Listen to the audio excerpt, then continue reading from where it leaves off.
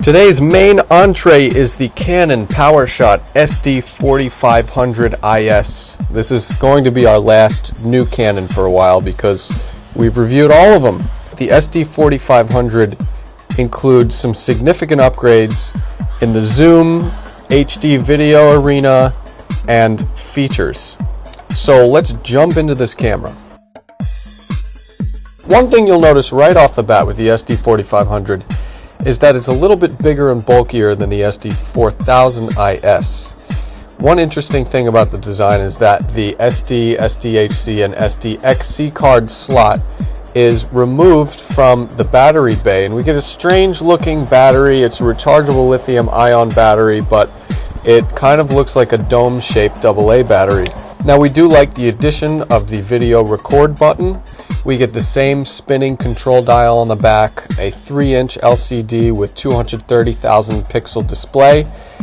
We get a set mode dial switch on top, and we like the larger zoom rocker on top this year. On a side note, the SD4500 IS is available in a two-tone brown, a silver, and a pink/not-so-pink two-tone color combination that we made up. So the colors are definitely a little girlier, but guys will like the silver.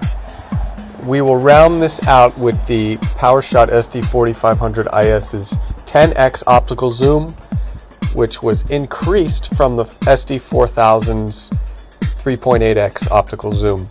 And that's a pretty significant improvement, most likely the reason why this baby gained some extra pounds.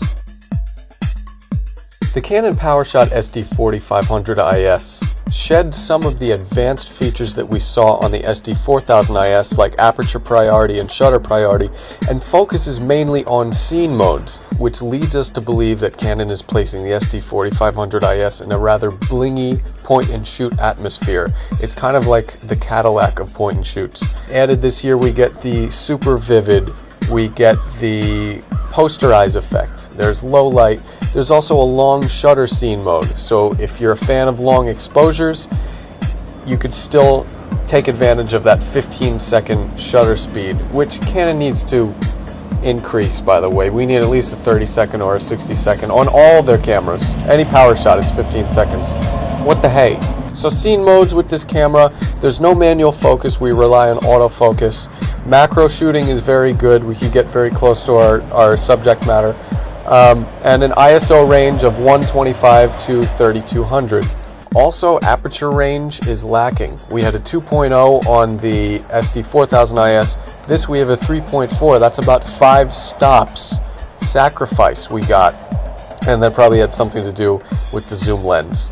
So that just means we have to shoot at a little higher ISO, but the ISO performance is great on this camera, and we're going to get to that right about now. Just like the SD4000 IS, the SD4500 IS has a 10 megapixel back illuminated 1/2.3 inch CMOS sensor. So that means great low light shooting. Did we experience great low light shooting with this? Yes, we did. High ISO shooting was very impressive, especially for a point and shoot camera. Still image matched the PowerShot SD4000 IS. This is a great camera in low light. This is a great camera in bright light. Canon is really setting the bar for the point-and-shoot world when it comes to digital imaging.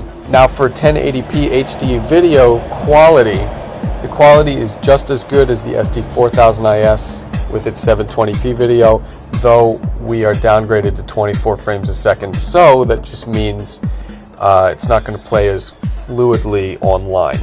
But the quality is very good, especially low light quality with this camera. But this camera also has 720p at 30 frames a second.